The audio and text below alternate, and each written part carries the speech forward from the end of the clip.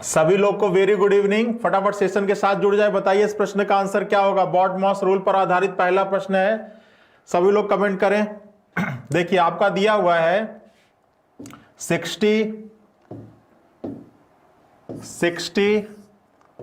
Into 10 divide by 40 plus 6 minus 5, ये दिया हुआ है ना।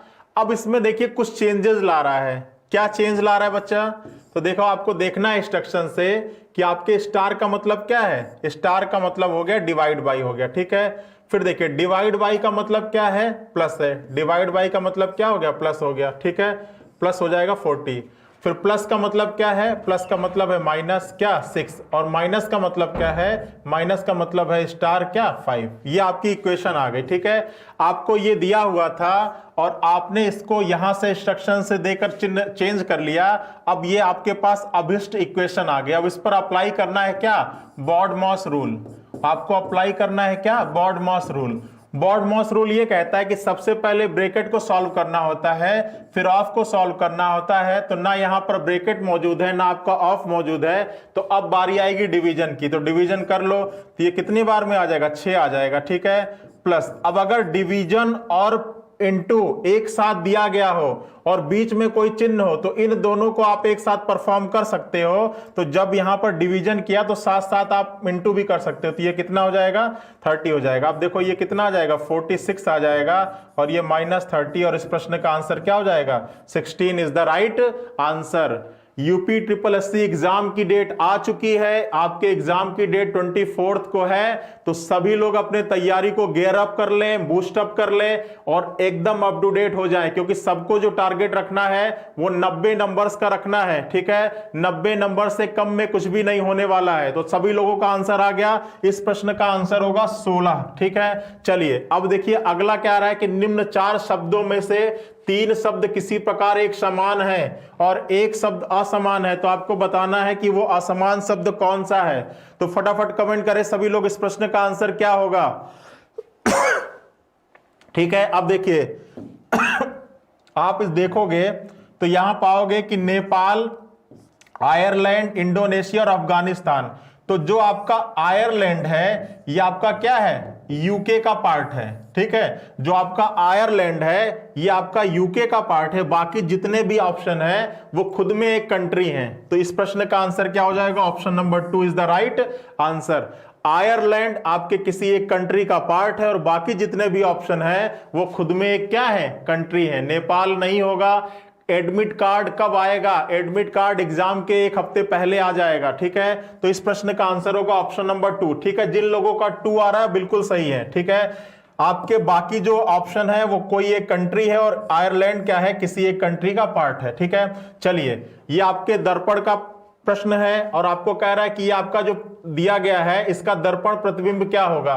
तो यहां पर अगर आपका दर्पण हो तो इसका प्रतिबिंब क्या बनेगा। तो इसका प्रतिबिंब मैंने बताया था कि जो चीज दर्पण के पास होती है वो दर्पण के पास बनती है और जो चीज दर्पण से दूर होती है वो दर्पण के दूर बनती है। तो देखो सबसे दर्पण के पास आपका क्या हो जाएगा, कुछ इस टाइप का बनेगा, और ये जो है तो ये आपका कुछ इस टाइप से होगा। तो देखो आपका किस ऑप्शन में मौजूद है, कुछ तो आपका ऑप्शन नंबर ए, इस प्रश्न का आंसर हो जाएगा option number A is the right answer. फटाफट देखना है और अपने आंसर को ट्रिक करके निकल जाना है। अब देखिए आपका 3 शब्द दिया गया, ग्रामवासी, गरीब व्यक्ति और पुरुष, और कह रहा है कि इस 4 विकल्प में से कौन सा होगा। तो देखो चेक कर लेते हैं, क्या सभी ग्रामवासी गरीब होते हैं, ऐसा पॉसिबल है क्या। तो ऐसा कोई कंपलसरी नहीं है कि सभी ग्रामवासी गरीब व्यक्ति हो। क्या सभी गरीब व्यक्ति ग्रामवासी होते हैं, तो ऐसा कुछ भी नहीं है कि जितने गरीब होते हैं वो गांव में ही रहते हैं, तो ऐसा कुछ भी नहीं है। तो इनके बीच में कैसा रिलेशन हो गया, सम का रिलेशन हो गया। फिर सभी गरीब व्यक्ति पुरुष होते हैं, तो ऐसा कुछ नहीं है, महिला भी गरीब हो सकती है। क्या सभी पुरुष गरीब व्यक्ति होते हैं, तो ऐसा भी नहीं है, सभी नहीं होते कुछ होते हैं, तो सम हो जाएगा। क्या सभी ग्रामवासी पुरुष ही होते हैं, तो ऐसा कुछ भी नहीं है। क्या सभी पुरुष ग्राम में ही रहते, तो ऐसा भी बिल्कुल नहीं है। तो क्या रिलेशन है, तीन सम का रिलेशन। अब देख लो 3 सम का रिलेशन कौन सा विकल्प शो कर रहा है, option number 4 is the right answer. आपके इस प्रश्न का आंसर हो जाएगा ऑप्शन नंबर 4। बहुत ही बेहतरीन, सभी लोगों का बिल्कुल सही है, ठीक है। जितने लोग लाइव हैं एक बार फटाफट लिंक को शेयर कर दें। कह रहा है कि निम्नलिखित 4 शब्दों में से 3 शब्द किसी प्रकार से एक समान है और उनका एक शब्द युग्म असमान है, तो बताना है कि वो असमान वाला कौन सा है। बताइए फटाफट सभी लोग कमेंट करिए कि इसमें असमान वाला कौन सा है। कह रहा है कि छद्मावरण, मुखौटा, भीड़ और छिपाना।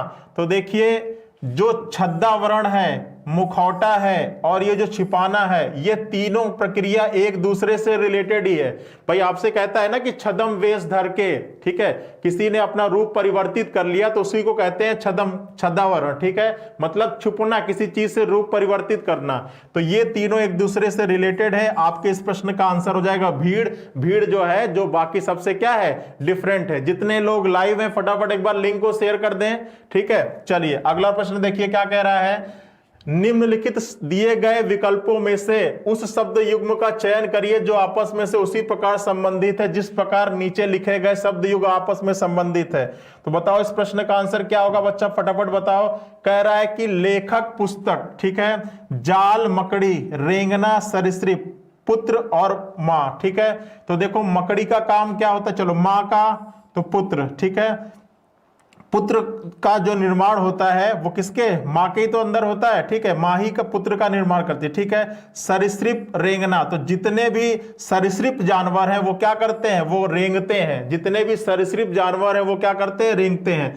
मकड़ी क्या बनाती है, जाल बनाती है।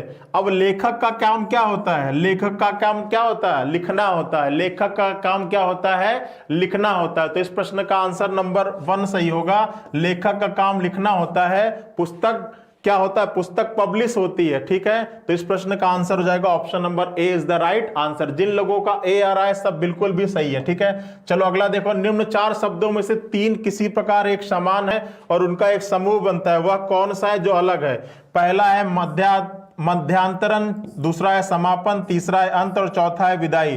तो देखो समापन, अंत और विदाई ये 3 एक ही चीज का पार्ट है, ठीक है। समाप्त होना, अंत होना और किसी की विदाई होना। ये जो है मध्यांतरण ये आपका अलग है। ये आपका होता है ना, मूवी चलती है तो बीच में ब्रेक होता है तो उसी को कहते हैं मध्याह्न, ठीक है। तो ये आपका मध्यांतरण ये आपका अलग है। बाकी 3 एक प्रकार से। देखिए पेट का बैच हम लोग क्या चल रहा है, पेट का एग्जाम आने वाला है, तो जो अपने टेस्ट को, जो अपने आप को भापना चाहते हैं कि वो कहां पर अपने आप को पा रहे हैं आज की डेट में, वो हमारे ऐप पर जाकर टेस्ट परचेज कर सकते हैं। अब देखिए इसमें फिर आ गया आपका दर्पण प्रतिबिंब की बात कर रहा है, तो दी गई आकृति का दाएं पे, तो यहां आपका दर्पण रखा हो तो उसका प्रतिबिंब कैसे बनेगा। तो देखो सबसे पहले क्या बनेगी, ये रेखा बनेगी, फिर ये रेखा और ये रेखा नीचे की और ये ऊपर की ओर। तो देख लो नीचे ऊपर, नीचे ऊपर कहां कहां है, तो नीचे ऊपर इस विकल्प में, इस विकल्प में, इस विकल्प में भी है। अब देखो सबसे पहले आपका ये त्रिभुज है और त्रिभुज के सामने ये आपका ब्लैंक वाला बनेगा। तो देखो त्रिभुज के सामने ब्लैंक वाला किस में बन रहा है, तो यहां भी ब्लैंक वाला बन रहा है, यहां भी ब्लैंक वाला, ये तो आपका खत्म हो जाएगा, ठीक है। अब देखो ये जो है ये आपका इधर बन रहा है, ठीक है। तो आपका ऑप्शन कौन सा होगा, ये देखो इन दोनों में आपको चेक करना है थोड़ा थोड़ा। तो देखो ये जो रेखाएं हैं, ये रेखाएं आपके ऐसे ऐसे इस टाइप से जाएंगी, तो ये आपका ऑप्शन नंबर 3 होगा। इसमें जो रेखाएं जा रही है स्ट्रेट नहीं जाएंगी भाई, ये रेखाएं क्या है, ये रेखाएं मिरर से दूर जा रही है ना, तो उसी तरह ये भी रेखाएं मिरर से क्या होंगी, दूर जाएंगी। तो ये आपका ऑप्शन नंबर 2 नहीं होगा, option number 3 is the right answer. Clear है, ऑप्शन नंबर 3 होगा बच्चा। चलो आगे देखो, कह रहा है नीचे दी गई आकृति में कुल कितने त्रिभुज हैं, ठीक है। दी गई आकृति में त्रिभुजों की संख्या ज्ञात करना है। तो आप ये जानते रहना कि ये आपकी बेस आकृति होती है और इसमें नंबर ऑफ ट्रायंगल कितने होते हैं, 8 होते हैं। कैसे निकला, तो आप नंबरिंग कहीं से भी करिए। मान लीजिए हम यहां से स्टार्ट करते हैं 1 2 3 4, तो जो सबसे बड़ा नंबर आएगा उसमें किसका गुणा कर देना है, 2 का गुणा करना है। कितना आ जाएगा, 8। तो वही काम आप यहां भी कर सकते हो, ठीक है। अब इसमें 2 आकृतियां हैं, कुछ इस टाइप से आकृति है ना आपकी, कुछ इस टाइप से आकृति है, ये है ना। अब देखो इसमें कितना बनेगा त्रिभुज, तो नंबरिंग कर दीजिए, वही काम यहां भी करिए। 1 2 3 4 5 6 7 8, और सबसे बड़ा नंबर आया 8। 8 में 2 का गुणा करेंगे तो कितना आ जाएगा, 16 आ जाएगा। अब देखो इसमें ये आकृति 2 बार है, एक तो ये वाली इससे बनेगा 16 और एक इससे भी 16 बनेगा। तो 16 इससे हो गया, 16 इससे हो गया, इसके अलावा तो और कोई त्रिभुज नहीं बनेगा।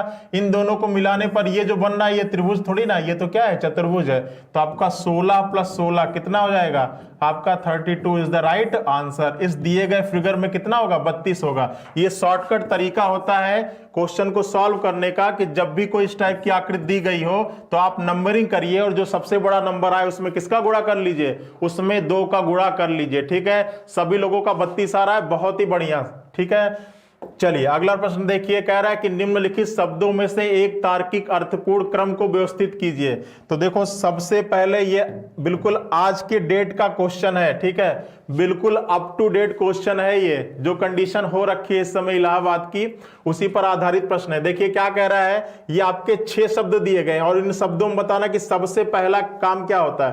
तो आपने साइंस में पढ़ रखा होगा कि सबसे पहला क्या होता है, निम्न दबाव का क्षेत्र होता है। ठीक है, फिर वहां से क्या बनता है, बादल बनता है। तो सबसे पहले 5 होगा, उसके बाद 1 होगा, फिर बादल बनेगा तो फिर क्या होगी, वर्षा होगी, वर्षा होगी तो फिर क्या होगा, इंद्रधनुष बनेगा, इंद्रधनुष बनेगा तो उसके बाद क्या होगा, बाढ़ आएगी, और बाढ़ आएगी तो विध्वंस होगा। आप देखो 5 1 4 5 1 4 2 6 3, आपका option number 4 is the right answer. Option number 4 is the right answer. सभी लोगों का यही आ रहा है, सभी लोगों का यही आ रहा है। चलिए बहुत बढ़िया।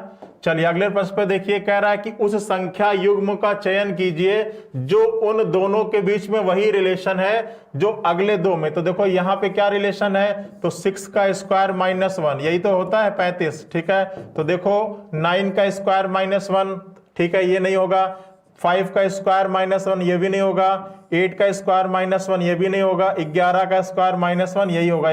11 का स्क्वायर कितना होता है, 1 to 1 माइनस 1 हो जाएगा 120। ठीक है, क्लियर है। चलिए अगले प्रश्न पे चलते हैं। निम्न 4 शब्दों में से 3 अक्षर समूह किसी प्रकार से एक समान है और उनका एक समूह बनता है, वह कौन है जो भिन्न है। तो चलो देखो, ए बी, ठीक है, ई एफ ये भी सही है, सी डी ये भी सही है, जी एच ये भी सही है, O P S T Q R और ये क्या है, टी यू होगा, और यहां पे क्या है, टी वी है।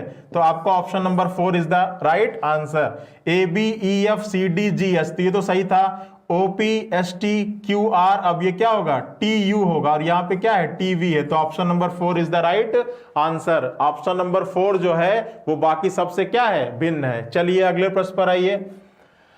कह रहा है कि निम्नलिखित समीकरण का मान क्या होगा। समीकरण क्या दिया गया बच्चा, तो समीकरण है 72 इंटू क्या, into 9 minus 3 divide by 8 plus 2, यही तो है। अब देखिए इसके क्वेश्चन के अनुसार यहाँ पे क्या करना है, इंटू का क्या हो जा रहा है, तो इंटू की जगह पर, इंटू का अर्थ है विभाजन, इंटू की जगह पर विभाजन हो गया। माइनस का अर्थ क्या है, तो माइनस का अर्थ है क्या, गुणा। ठीक है, डिवाइड बाई का अर्थ क्या है, जोड़ है, और प्लस का अर्थ क्या है, घटाओ। अब इसको सॉल्व कर दीजिए। तो सबसे पहले बॉड मॉस में ऑफ आएगा, ब्रैकेट आएगा, वो तो है नहीं, डिवीजन, तो यहाँ पे कितना हो जाएगा, 8 हो जाएगा। ठीक है, और यहाँ पे 3 और ये फिर 8 और ये 2, तो ये कितना हो जाएगा, 8 3 24 हो जाएगा, प्लस 8 और माइनस 2। ठीक है, तो यहाँ पे आप चाहो तो घटा लो, तो 8 में से 2 जाएगा 6 और 24 और 24 और 6 कितना हो जाएगा, 30 is the right answer, option number 2। ठीक है, सभी लोगों का 2 आ रहा है, जितने लोग भी लाइव है सभी लोगों का 2 आ रहा है।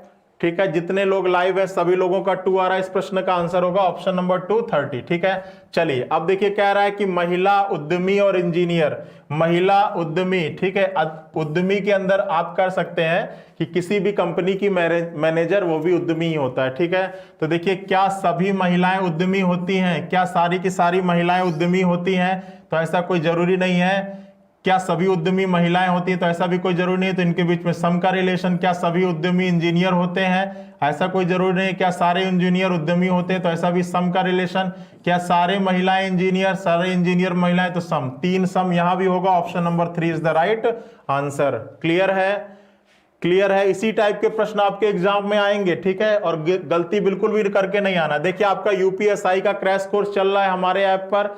जो भी व्यक्ति यूपीएसआई की तैयारी कर रहे हैं, जो भी स्टूडेंट, हमारे ऐप पर जाकर उस क्रैश कोर्स को परचेज कर सकते हैं। ठीक है, चलिए अब कह रहा है कि निम्नलिखित चार शब्दों में से कोई एक युग्म अलग है और आपको उसी को पहचानना है। तो देखिए बगीचा करछुल, तो भाई बगीचे में थोड़ी ना कलछुल होता है, कलछुल तो आपके किचन में होता है, तो यही आपका आंसर हो जाएगा, option number A is the right answer. आगे देखो, अध्ययन कक्ष टेबल लैंप, तो भाई अध्ययन कक्ष में टेबल लैंप होता है, रसोई में कढ़ाई होता है, बाथरूम शावर में होता है। अगर यहां पर बगीचा और वो देता आपका कुदार दे देता, खुरपी दे देता, तब तो ये सही होता, लेकिन अगर बगीचा और कलछुल का कॉम्बिनेशन है तो आपका यही प्रश्न का आंसर हो जाएगा, ऑप्शन नंबर ए। ठीक है, अब देखिए, निम्नलिखित आकृति श्रृंखला में से आने वाली आकृति का चयन करना है। अब देखिए, जब इसको ध्यान से देखोगे तो आपसे पूछ रहा है कि आगे यहां पर कौन सी आकृति आएगी, तो कैसे लगाओगे? तो देखो, जब आप आकृतियों को देखोगे ना, तो इनके बीच में रिलेशन दिख रहा है, इनके और इनके बीच में रिलेशन, और इनके और इनके बीच में रिलेशन है। अब रिलेशन किस तरीके से फॉलो हो रहा है ये भी आप जान लो, ये भी आप देख लो। तो देखो, इस और इस आकृति के बीच में आप अगर चेक करोगे तो आप ये पाओगे कि देखो, ये जो है ये उठकर कहां आ गया, ये उठकर ऊपर चला है, ये उठ के कहां चला गया, ऊपर चला गया। उसी तरह इस आकृति में देखोगे तो ये जो एरो है ये उठ के कहां पर आ गया, बीच में आ गया। तो मतलब ये एक एक शिफ्ट हो रहा है और क्रम ऐसे चल रहा है, ये तो यही तो अब यहां पर आएगा। तो अगर ये उठ के ऊपर आया, ये उठ के ऊपर आ गया, तो फिर ऊपर से कहां पर आ जाएगा, नीचे आ जाएगा। तो ये उठ के आ गया नीचे, और जब ये नीचे आ जाएगा तो बाकी जो बचेंगे वो कहां पर हो जाएंगे, ऊपर हो जाएंगे। तो आप चेक करो ये आपके ऑप्शन में कहां पर मौजूद है, तो ये आपके ऑप्शन में मौजूद है, option number 4 is the right answer. Clear है, option number 4 is the right answer. चलिए अगले प्रश्न पे चलते हैं। कह रहा है कि जिस प्रकार कमरे का संबंध छत से है, ठीक है, कमरे, तो कमरे का जो सबसे ऊपरी पार्ट होता है वो क्या होता है, छत होता है। तो उसी प्रकार मुंह का संबंध, तो मुंह का संबंध किससे हो जाएगा, तालू से हो जाएगा। भाई मुंह का जो ऊपरी पार्ट होता है वो क्या होता है, तालू ही तो होता है। तो जिस प्रकार कमरे का संबंध छत से है, कमरे का जो ऊपरी हिस्सा होता है उसको छत कहते हैं, उसी प्रकार मुंह का जो ऊपरी हिस्सा होता है उसको क्या कहते हैं, तालू कहते हैं। तो इस प्रश्न का आंसर हो जाएगा तालू। ठीक है, अब देखिए यहां पर जो आपका प्रश्न आ रहा है इसका आंसर क्या होगा, फटाफट देखो। तो कह रहा है कि सी एक्स, तो C का रिवर्स क्या होता है, X होता है। D का क्या होता है, W। ठीक है, C का रिवर्स X, D का होता है W, A का रिवर्स होता है Z और F का होता है U। ये आपको रटा होना चाहिए, अंग्रेजी वर्णमाला में अक्षरों का रिवर्स रटा होना चाहिए। ठीक है, और मैंने आपको तरीका बताया था रिवर्स कैसे याद करते हैं, तो देखिए मैं फटाफट बता भी देता हूं। रिवर्स, A का रिवर्स होता है Z, A का रिवर्स क्या होता है Z, B का रिवर्स होता है Y, और B का रिवर्स Y कैसे याद रखेंगे, तो एक वर्ड है बाय बाय, एक वर्ड क्या है, बाय बाय, तो इससे याद रखिएगा B का Y, Y का B। ठीक है, B के बाद क्या आता है C, और C का रिवर्स क्या होता है, X होता है। तो क्रैक्स सभी लोग खाते होंगे, तो क्रैक्स से याद रखना है C का X और X का C। ठीक है, C के बाद क्या आएगा D, D का रिवर्स होता है W, तो या तो ड्यू से याद रखिएगा, या तो ड्यू से याद रखना है D का W, या तो धोनी विकेट कीपर से याद रखिएगा कि D का क्या होता है W। फिर D के बाद क्या आएगा E, और E का रिवर्स क्या होता है V, तो इवनिंग से याद रखना है, इवनिंग से याद रखना है, E का रिवर्स क्या होता है V, इवनिंग से E का V का E। या तो लव से याद रख सकते हो, लव से भी याद रख सकते हो, O का L और E का V। ठीक है, अब E के बाद क्या आता है F, F का रिवर्स होता है U, और ये किससे याद रखेंगे, 4 से याद रखेंगे, F का U और U का F। ठीक है, फिर F के बाद क्या आएगा G, और G का रिवर्स होता है T, तो ये किससे याद रखेंगे, GT रोड से आपको याद रखना है, G का रिवर्स होता है T और T का रिवर्स होता है G। G के बाद क्या आएगा H, H का रिवर्स होता है S, और ये किससे याद रखेंगे, हाई स्कूल। हाई स्कूल सभी लोगों ने पास किया होगा, तो हाई स्कूल से याद रखना है, H का रिवर्स S और S का रिवर्स S। ठीक है, फिर E F G H, H के बाद क्या आएगा I का रिवर्स होता है R, तो ये कैसे याद रखेंगे, तो इंडियन रेलवे से याद रखिएगा कि I का रिवर्स होता है R और R का रिवर्स होता है I। ठीक है, फिर GH I के बाद होगा J का रिवर्स होता है Q, तो ये किससे याद रखेंगे, जंगल क्वीन। ठीक है, जंगल क्वीन से याद रखिएगा, जैकलीन मत बोल दीजिएगा इसको, जंगल क्वीन। ठीक है, तो J का Q, Q का J। फिर J के बाद क्या होगा K का रिवर्स होता है P, तो PK मूवी सभी लोगों ने देखी होगी लगभग, तो K का P और P का K। और फिर K के बाद क्या आएगा L, और L का रिवर्स होता है O, तो लो से याद रखिएगा, L का O और O का L, या लव से याद रखा है, मैंने बताया था ना, O का L और E का V। ठीक है, फिर L के बाद क्या आएगा M, और M का रिवर्स होता है N,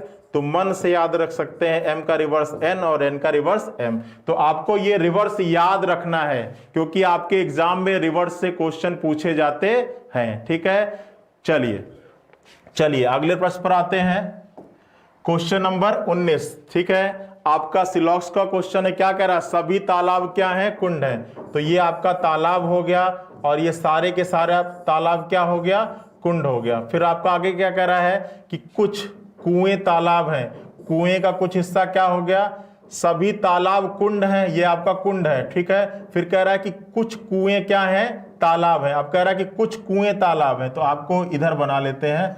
ठीक है, ये आपका कुंड था, फिर कह रहा था कि कुछ कुएं क्या हैं, तालाब है, तो ये आपका कुएं हो गए, कुछ कुएं क्या हो गए, तालाब हो गए। अब आइए निष्कर्ष पर, पहला क्या कह रहा है, कुछ तालाब कुएं नहीं है, तो ये तो गलत होगा। अगर आपका स्टेटमेंट पॉजिटिव होता है तो निष्कर्ष भी पॉजिटिव सही होगा, निगेटिव सही नहीं होगा, क्योंकि यहां पर नहीं वर्ड नहीं आ रहा है तो यहां भी नहीं आना चाहिए। ठीक है, फिर कह रहा है कि कुछ कुएं कुंड है, क्या कुछ कुएं कुंड दिख रहे हैं, क्या कुछ कुएं कुंड का पार्ट है, तो बिल्कुल है। फिर कह रहा है कि सभी कुंड कुएं हैं, सभी कुंड क्या कुएं हैं, तो ऐसा बिल्कुल नहीं है। तो ऑप्शन नंबर 2 केवल निष्कर्ष 2 निकलता है। इस प्रश्न का आंसर हो जाएगा ऑप्शन नंबर 2 केवल निष्कर्ष 2 निकलता है। ठीक है, चलिए अगले प्रश्न पे चलिए। अगला कह रहा है कि नीचे एक पासे की दो स्थितियां दर्शाई गई हैं, नीचे एक पासे की दो स्थितियां दर्शाई गई हैं। कह रहा है यदि एक के निचली फलक पर कौन सा, यदि एक निचले फलक पर है तो ऊपरी फलक पर कौन सा होगा। कुल मिला के आपसे घुमा फिरा के यही पूछ रहा है कि एक का विपरीत क्या है, एक का विपरीत क्या है, आपसे यही जानना चाह रहा है एग्जामिनर। अब कैसे जानोगे, तो देखो ये पासे की दो कंडीशन है, ये पहली है दूसरी है। अब दोनों को ध्यान से आपको देखकर ये बताना है कि कंडीशन किस टाइप की है, वन फेस कॉमन है, टू फेस कॉमन है या नो फेस कॉमन है। तो जब दोनों को ध्यान से देखोगे ना आप तो पाओगे कि दोनों में केवल कौन सा नंबर है, कॉमन है 6।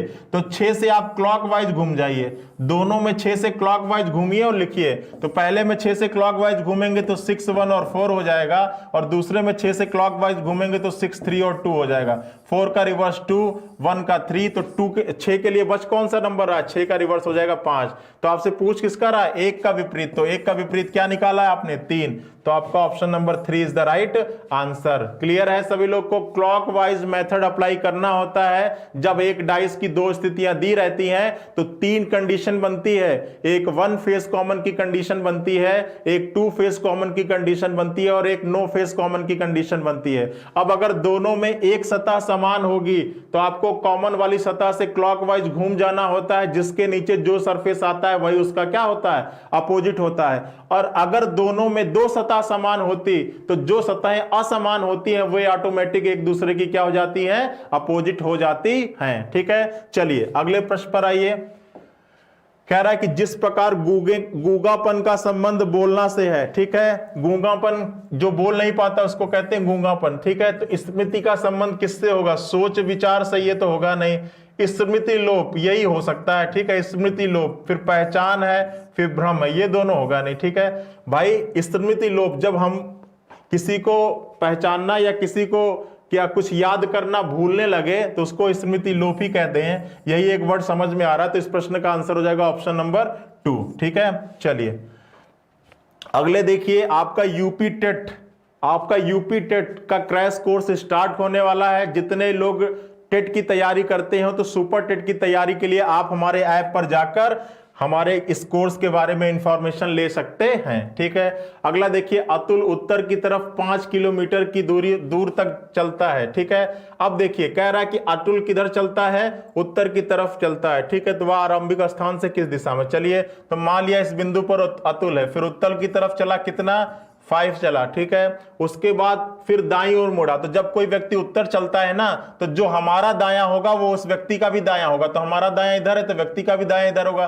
कितना चलता है, 3 किलोमीटर चलता है। ठीक है, फिर वह दाईं ओर मुड़ता है और कितना चलता है, 5 किलोमीटर। फिर दाईं मुड़ेगा तो नीचे आ जाएगा, कितना चलता है, 5। तो 5 ये था तो 5 ये भी होगा। ठीक है, तो बता रहा अंत में वह प्रारंभिक स्थान से किस दिशा में है। जब भी इस टाइप का क्वेश्चन पूछे कि आरंभिक स्थान से, तो जिस स्थान से बोले ना वहां से आप तीर छोड़ दीजिए। जिस स्थान से बोले तो किस स्थान से बोला, प्रारंभिक स्थान, तो प्रारंभिक स्थान तो यही था ना, और अंतिम स्थान ये है। तो जिस स्थान से बोलता है वहां से तीर छोड़ दीजिए से और जिस स्थान के लिए पूछता है, तो भाई पूछ रहा है कि अब वह आरंभिक स्थान से किस दिशा में, तो यहां से ये कौन सी दिशा है, यहां से ये पूर्व की दिशा है, तो इस प्रश्न का आंसर होगा पूर्व। जिस स्थान से बोले वहां के लिए आप तीर छोड़ दीजिए, जिस स्थान के लिए बोले तो वही आपका आंसर हो जाएगा। Option number A is the right answer. चलिए, दीपक अपने कार्यालय से निकला और पूर्व की ओर 5 किलोमीटर चला। ठीक है, चलो मान लिया इस बिंदु पर दीपक है,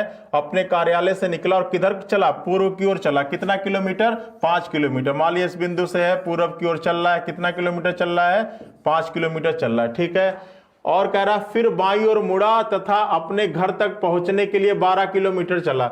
अब यहां से क्या मुड़ रहा है, बाईं ओर मुड़ रहा है। तो कोई व्यक्ति पूरब में चलता है तो बाएं किधर, ऊपर की ओर होता है। कितना चलता है, 12 किलोमीटर, और कहां पहुंच जाता है, घर तक पहुंच जाता है। ये आपका घर हो गया।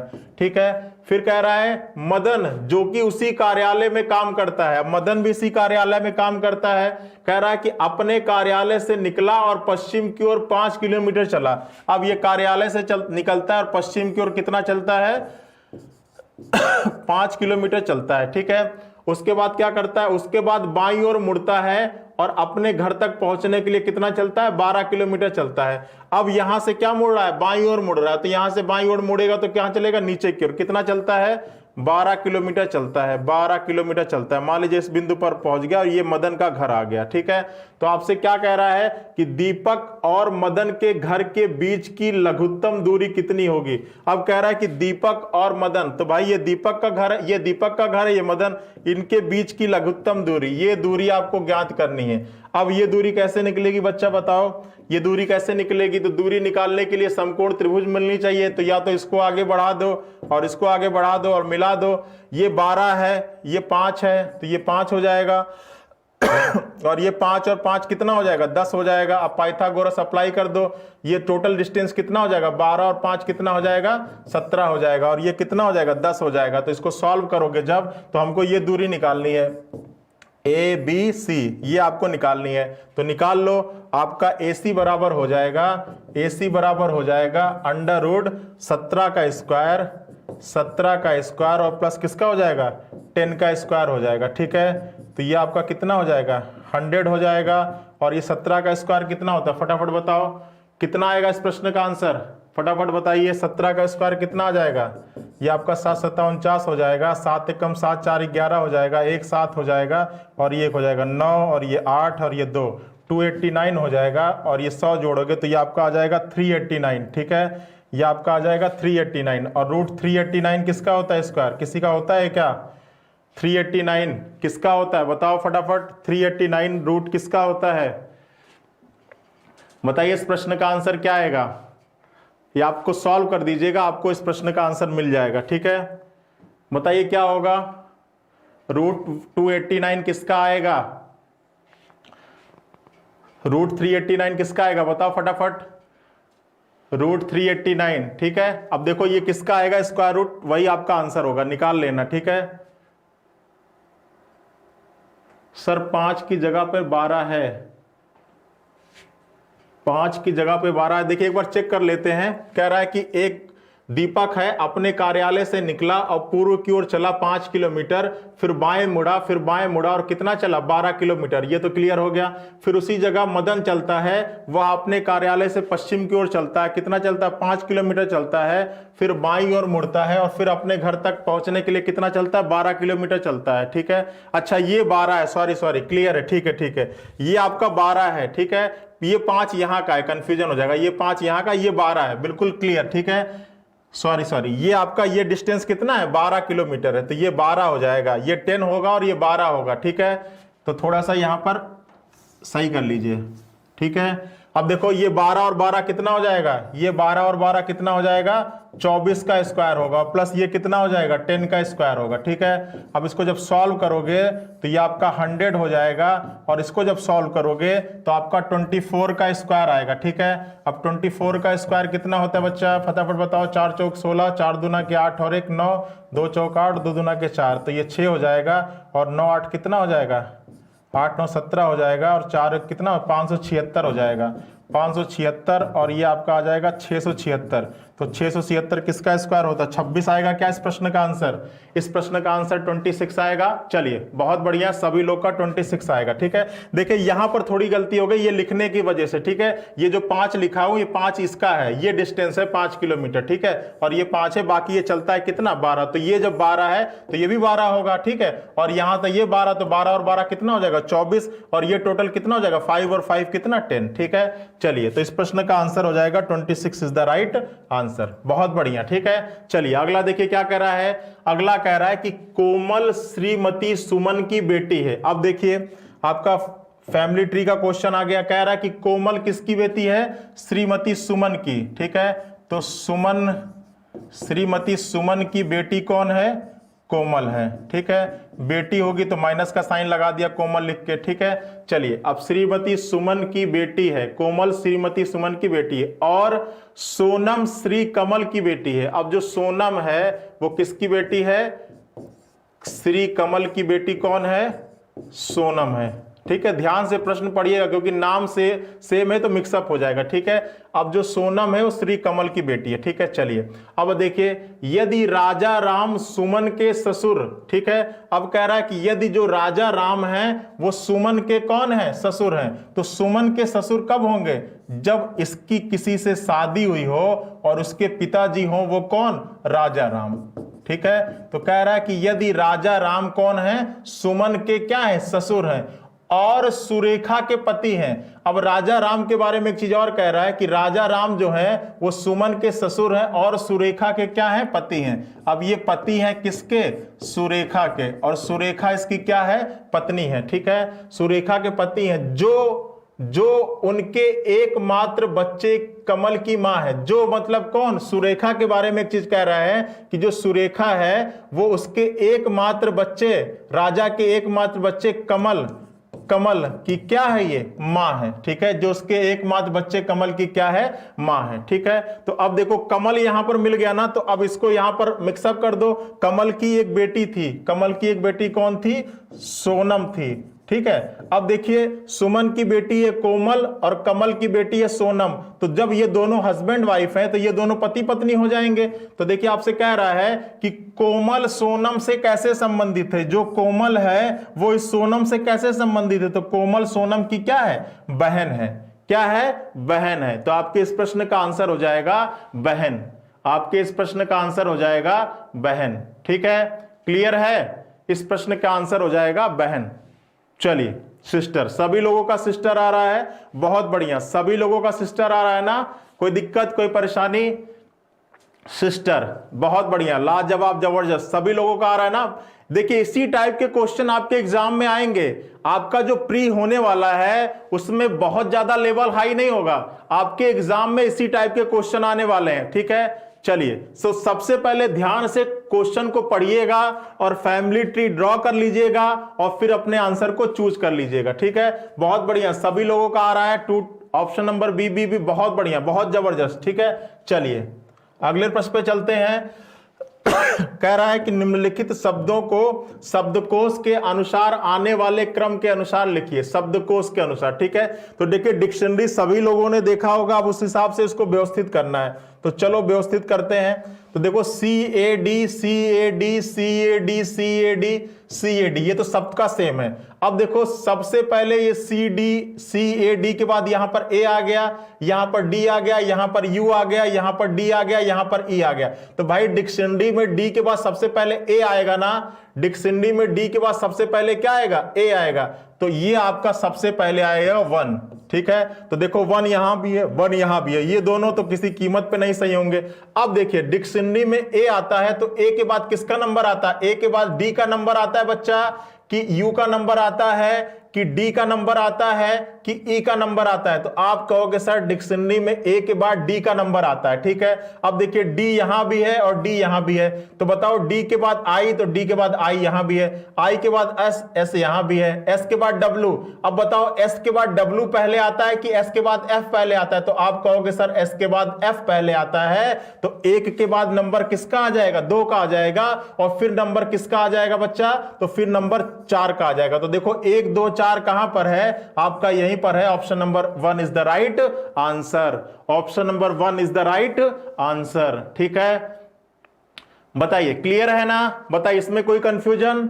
क्लियर है? आप डिक्शनरी अगर बचपन में देखे होंगे शब्दों को खोजने के लिए, शब्दों का अर्थ खोजने के लिए, देखिए मुझे तो बहुत ज्यादा डिक्शनरी की जरूरत पड़ती थी, ठीक है, क्योंकि इंग्लिश उतना स्ट्रांग था नहीं, हिंदी मीडियम का स्टूडेंट था, तो डिक्शनरी से ही हर के मीनिंग देखता था। अब तो मोबाइल आ गया, तो क्लियर है ना? सब लोग का बिल्कुल यही क्लियर है। चलिए, तो option number 1 is the right answer. चलिए अगले प्रश्न पे चलते हैं। कह रहा है कि एक अनुक्रम दिया गया है जिसमें एक पद लुप्त है, तो आपको बताना है कि क्या होगा। तो देखो, देखते हैं फटाफट। तो मैंने बताया था कि इसके लिए आपको प्लेस वैल्यू याद होना चाहिए, आपको अल्फाबेट की प्लेस वैल्यू रटा होना चाहिए। और मैंने इसको याद करने का 2 तरीका बताया था। पहला मेथड मैंने बताया था ईजो टीवाई, 5, 10, 15, 20 और 25, और दूसरा मैंने मेथड बताया था सिफिलोरेक्स। ये 2 शब्द आपको याद करना था। पहला था ईजो टीवाई और दूसरा था सिफिलोरेक्स। ये 3, 6 और ये आपका 9 और ये आपका 12, ये आपका 15, ये आपका 18, ये आपका 21 और ये 24। ये 2 शब्द मैंने बताए थे, इजोटीवाई, सिफिलोरेक्स। इसमें 3 का टेबल पड़ जाना, इसमें 5 का टेबल, और इससे आपको इंग्लिश अल्फाबेट की पोजीशन बिल्कुल रट जाएगी। ठीक है, अब देखो ये आपका क्या है? 1 है, ये आपका क्या है? 6 है, और ये आपका क्या है? 11 है। तो 1 में 6 तो कितना बढ़ेगा? 5 बढ़ेगा। 6 में 11 तो कितना बढ़ेगा? 5 बढ़ेगा। तो 11 में 5 कितना बढ़ेगा? 16 हो जाएगा। 16 किसका होता है? पी का होता है। देखो पी वाला ऑप्शन कहां पे मौजूद है? तो पी वाला ऑप्शन यहां भी है, यहां भी है। अब आगे भी चेक करना होगा। तो देखो ये 3 है, ये कितना है? 8 है, ये कितना है? 14 है। तो देखो 3 और 8 तो कितना हो जाएगा? 5 हो जाएगा। और फिर 8 और 5 कितना हो जाएगा? 8, 5 कितना हो जाएगा? 13 हो जाएगा। अब इसके आगे क्या होगा बताइए फटाफट, बताइए इस प्रश्न का आंसर। कमेंट करो फटाफट, आप लोग कुछ कमेंट नहीं कर रहे हो। ठीक है, बताइए इस प्रश्न का आंसर क्या होगा? ये 3 हो गया, ये आपका 8 हो गया, और ये आपका 14 हो गया। तो फिर आगे सॉरी ये 13 होगा ना, ये 13 होगा। तो 5, 3, 8, 8, 5, 13, और 13 और 5 क्या होगा? आप लोग कुछ कमेंट नहीं कर रहे, बताओ फटाफट आंसर क्या होगा आपका? 5, 3, 8, 8, 5, 13, और 13 फिर 5 कितना हो जाएगा? 18 हो जाएगा। बोलो तो बच्चा, 18 हो जाएगा। तो किसका होगा? आर का होगा। अब आपको मिल गया, यहां भी आर है, यहां भी। अब आगे देखो, ये 5 है, ये 10 है, ये 15 है, तो फिर क्या हो जाएगा? 20 हो जाएगा। 20 किसका होता है? टी का होता है। PRT is the right answer. PRT is the right answer. Option number 2 आ रहा सभी लोगों का, PRT। बहुत बढ़िया, बहुत बढ़िया, जबरदस्त, सभी लोगों का PRT आ रहा है। चलिए, कह रहा है कि लड़कों की एक पंक्ति में तारक दोनों छोर से 18वें स्थान पर है, तो बताइए पंक्ति में कितने लड़के हैं? जब किसी व्यक्ति की रैंक पंक्ति में दोनों तरफ से समान हो तो उसमें 2 का गुणा करके 1 माइनस कर दो, आंसर आ जाएगा। तो आपका प्रश्न का आंसर कितना हो जाएगा?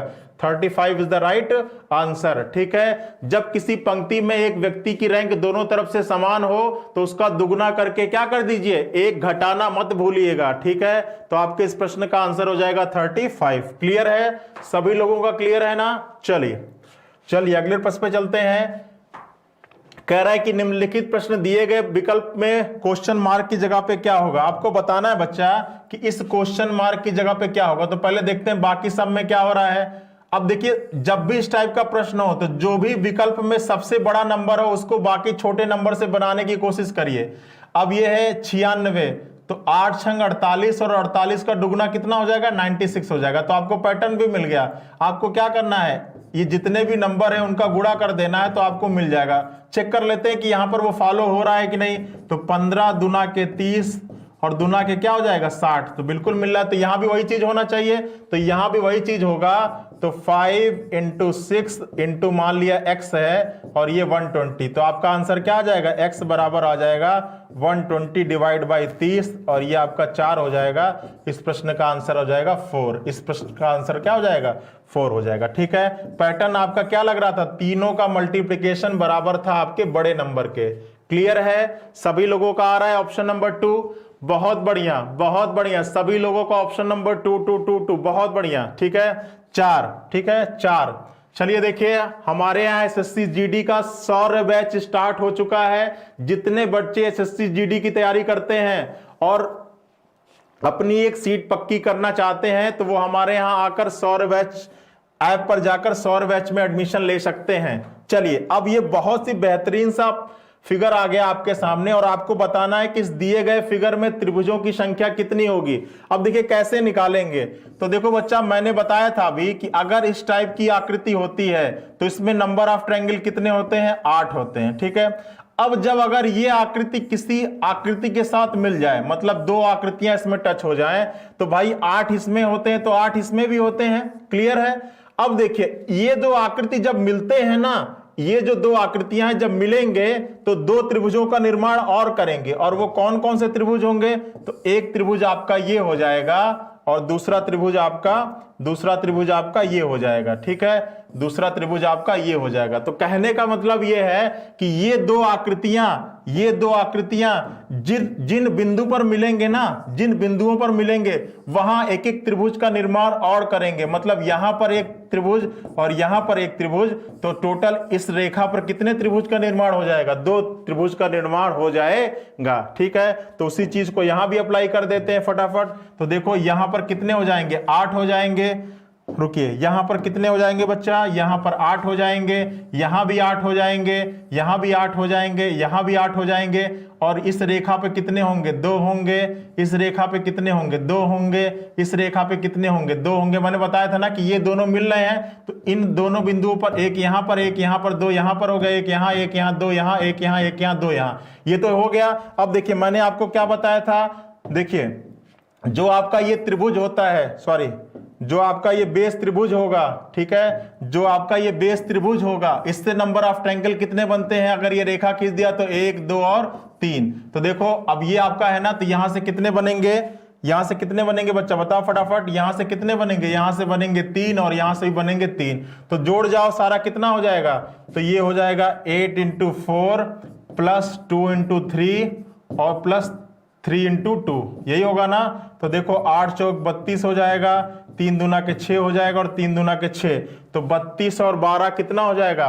32 और 12 44। 2 इज द राइट आंसर। सभी लोगों का आ रहा है सभी लोगों का आ रहा है। चलिए बहुत बढ़िया, सभी लोगों का आ रहा है 32, सॉरी सभी लोगों का आ रहा है 44 आएगा, 44 आएगा। ठीक है, तरीका मालूम चल गया। जब भी इस टाइप की आकृति मिलती है तो जिन बिंदुओं पर मिलेगी उन बिंदुओं पर एक एक त्रिभुज का निर्माण और करेगी। ठीक है, चलिए बहुत बढ़िया, सभी लोगों का कमेंट आ रहा है 44, बहुत बढ़िया। चलिए अगले प्रश्न पे चलते हैं। देखिए कह रहा है नीचे एक घन की 3 अवस्थाएं दर्शाई गई हैं और कह रहा है कि बी के विपरीत फलक पर। तो फटाफट बताओ बी के विपरीत फलक पर क्या होगा। तो देखो जब भी इस टाइप का प्रश्न आए ना, तो पहले देख लो कोई दो में, किन्हीं दो आकृतियों में कोई 2 कॉमन मिल रहा है। ये पासे की 3 स्थितियां हैं। ठीक है, अब अगर पहले दूसरे को उठाओगे तो कोई 2 कॉमन मिल रहा है बच्चा, तो आप कहोगे सर केवल एक ही कॉमन मिल रहा है। दूसरे तीसरे को उठाकर कोई 2 कॉमन मिल रहा है, नहीं। तो अब आप किसी 2 को उठाकर क्लॉकवाइज घूम जाओ, तो पहले दूसरे में ही घूम जाते हैं। क्लॉकवाइज घूमना है, कहां से? कॉमन वाले से। तो बी, डी और सी हो जाएगा और दूसरे वाले में क्या हो जाएगा? बी, एफ और ई हो जाएगा। तो सी का रिवर्स हो जाएगा ई, डी का विपरीत हो जाएगा एफ, और बी के लिए बच कौन सा रहा है? तो बी के लिए बच रहा है क्या? जी। तो आपके इस प्रश्न का आंसर हो जाएगा option number 4, G is the right answer. Clockwise method अब तक तो आपको रट गया होगा। ठीक है, डाइस का तो कोई क्वेश्चन आप गलत नहीं करोगे, किसी भी टॉपिक का कोई क्वेश्चन गलत नहीं करोगे। चलिए देखिए, आपसे कह रहा है कि ईंधन, डीजल और तरल पदार्थ क्या है? आपका ईंधन है, डीजल है और आपका क्या है? तरल पदार्थ है। अब देखते हैं क्या होगा। तो फटाफट देखते हैं। देखिए क्या सारे ईंधन डीजल होते हैं? तो सर ऐसा कोई जरूरी नहीं है कि सारे ईंधन डीजल ही हो। क्या सभी डीजल ईंधन होते हैं? तो बिल्कुल, जितने भी डीजल हैं वो ईंधन का पार्ट ही है। इनके बीच में कैसा रिलेशन हो जाएगा? ऑल का। फिर देखो, क्या सारे डीजल तरल होते हैं? तो बिल्कुल, जितने भी डीजल है वो तरल का ही पार्ट होता है, तो ये भी कैसा हो जाएगा? ऑल का। क्या सारे ईंधन तरल होते हैं? क्या सारे के सारे ईंधन तरल होते हैं? तो ऐसा कोई जरूरी नहीं है। कुछ ईंधन सॉलिड भी हो सकते हैं, जैसे लकड़ियां हो गई, लकड़ी ईंधन है लेकिन वो आपका तरल नहीं है। क्या सारे तरल पदार्थ ईंधन होते हैं? तो ऐसा भी कुछ जरूरी नहीं है। तरल पदार्थ ईंधन के अलावा कुछ और भी हो सकते हैं, तो इनके बीच में कैसा रिलेशन हो जाएगा? सम का। तो आपका क्या हो गया?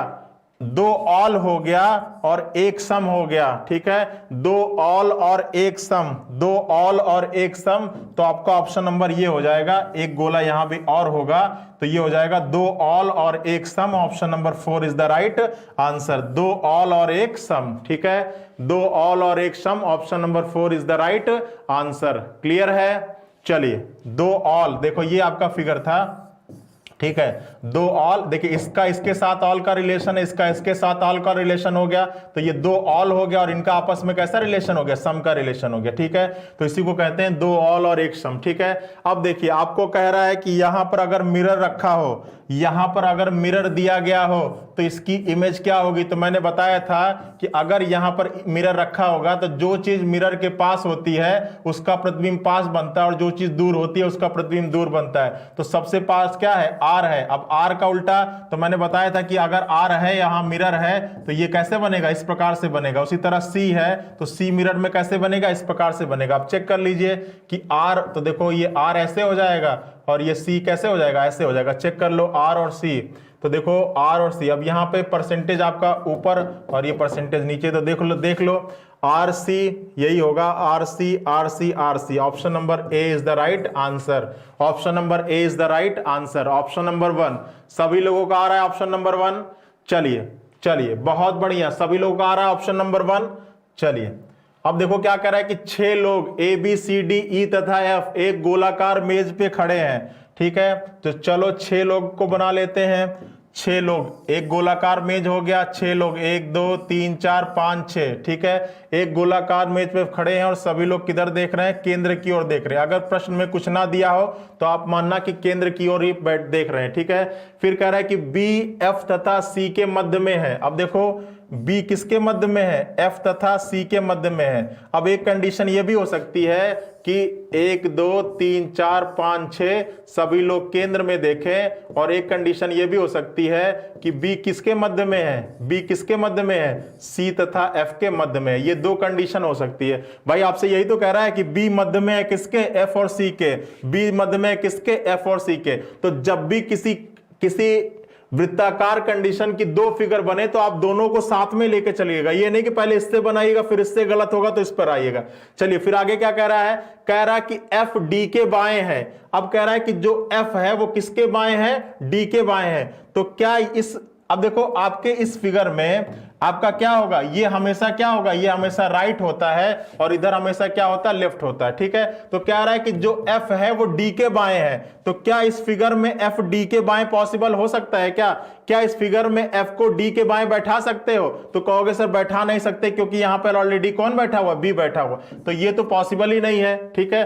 अब देखिए यहां पर कह रहा है कि सॉरी एफ बी तथा सी के मध्य में है, एफ बी एफ तथा सी के, बी एफ तथा सी के, बी एफ तथा सी के, फिर कह रहा है ए, यहां पे क्या कह रहा था, एफ डी के बाएं है, एफ डी के बाएं है, एफ डी के बाएं है। तो देखो अगर इस फिगर में आप चेक करोगे तो डी का बायां बैठा पाना पॉसिबल है, एफ डी के बाएं है ना, तो इस फिगर में अब एफ डी के बाएं तो यहीं पे होना चाहिए था, एफ डी के बाएं, या यहां पे देखोगे तो एफ डी का बायां तो डी का बायां, ये इस फिगर में होगा, ये आपका गलत हो जाएगा, ये पॉसिबल ही नहीं होगा। यहां पे पॉसिबल होगा कि एफ क्या है, डी के बाएं। फिर आपका क्या करा है, ए ई तथा डी के मध्य में है। अब जो ए है वो किसके किसके मध्य में है, ई तथा डी के, तो ई आपका यहां पर हो जाएगा, ठीक है। तो ये आपका फिगर बनेगा। इस फिगर में एफ को डी के बाएं बैठा पाना पॉसिबल ही नहीं है, इस वाले फिगर में एफ को डी के बाएं बैठा पाना पॉसिबल ही नहीं है, क्योंकि वो जगह कौन घेर लिया है, वो जगह बी घेर लिया है, तो ये कंडीशन आपकी पॉसिबल ही नहीं है, इसी से आपका आंसर निकलेगा।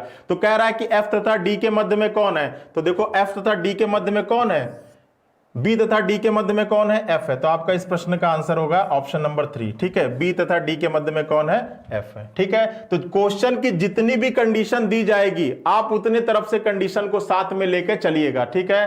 सभी लोगों का आ रहा है एफ, बहुत बढ़िया, सभी लोगों का एफ आ रहा है। देखिए भाषाओं फ्रेंच और जर्मन, ठीक है, तो पता है कि फ्रेंच भी भाषा है और जर्मन भी क्या है, भाषा है, लेकिन ना फ्रेंच जर्मन हो सकती है ना ही जर्मन फ्रेंच हो सकती है। तो इसके बीच में भी ऑल का रिलेशन होगा, इसके बीच में भी ऑल का रिलेशन होगा, और इनके बीच में कैसा रिलेशन होगा, नो का।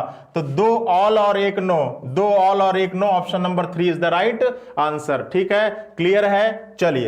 चलिए सभी लोगों का क्लियर है ना। बहुत बढ़िया, बहुत बढ़िया। चलिए अगले प्रश्न पर आते हैं।